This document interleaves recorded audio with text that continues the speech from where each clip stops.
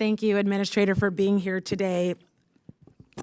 As my colleagues have touched on, the administration is proposing deep cuts to SBA's entrepreneurial development programs, and the salaries and expenses that directly support our SBA federal workforce are under fire.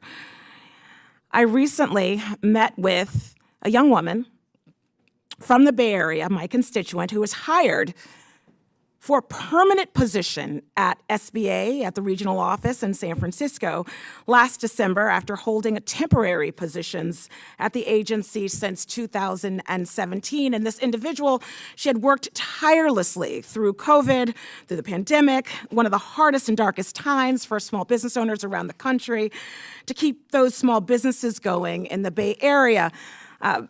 She dedicated thousands of hours in the field, door to door, working with business owners literally night and day prior to being wrongfully terminated by DOGE. This individual played a vital role in connecting these small businesses, especially minority-owned businesses, which I know this administration doesn't have much love for, and underserved businesses, to resources, training, and expert opportunities. Technical assistance, as you know, is extremely important for our small businesses.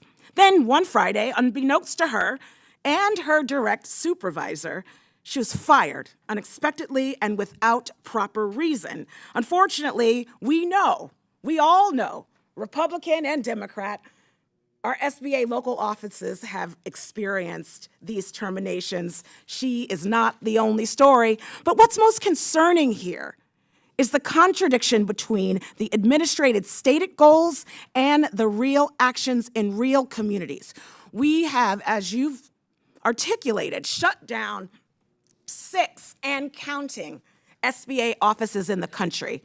I represent disabled small business owners as a disabled woman myself who started keeping a payroll at the age of 19. I've employed hundreds of folks. I know what it's like trying to call, get on a website, begging for support as both an NGO and a for-profit small business. With the shuttering of these offices, could you tell us now, if I were to call any regional office, what would be my wait time as a small business owner? Is it better or worse since you fired all of these folks unexpectedly? Is it better or worse? Congressman, it's better because people are in the office. Could we call one right now? What's the average wait time? What is the average wait time? I've done the work. I've been on hold for more than an hour.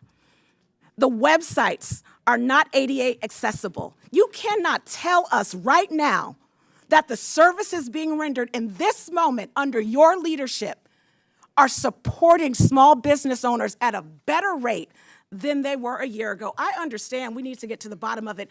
We need to figure out how to create a more efficacious system, but we cannot fool ourselves in saying when you fire thousands of staff, low-income small businesses are better off. Like, we can't lie to each other right here. It's not okay. It's not okay. We can say we're struggling to figure out how to develop a better small business administration, but you can't tell me that the wait times are better.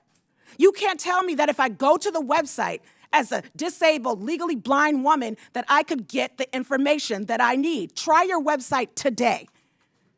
So it's okay for us. We want to work together. We have to work together to say that there are more opportunities to grow. But you can't say the wait times are better, that the service is better, that the information is multilingual in the ways that it should be. I have 150 languages spoken in my district. You want to tell me you want to take away my San Francisco office and that small business owners will be better off because of this bigotry?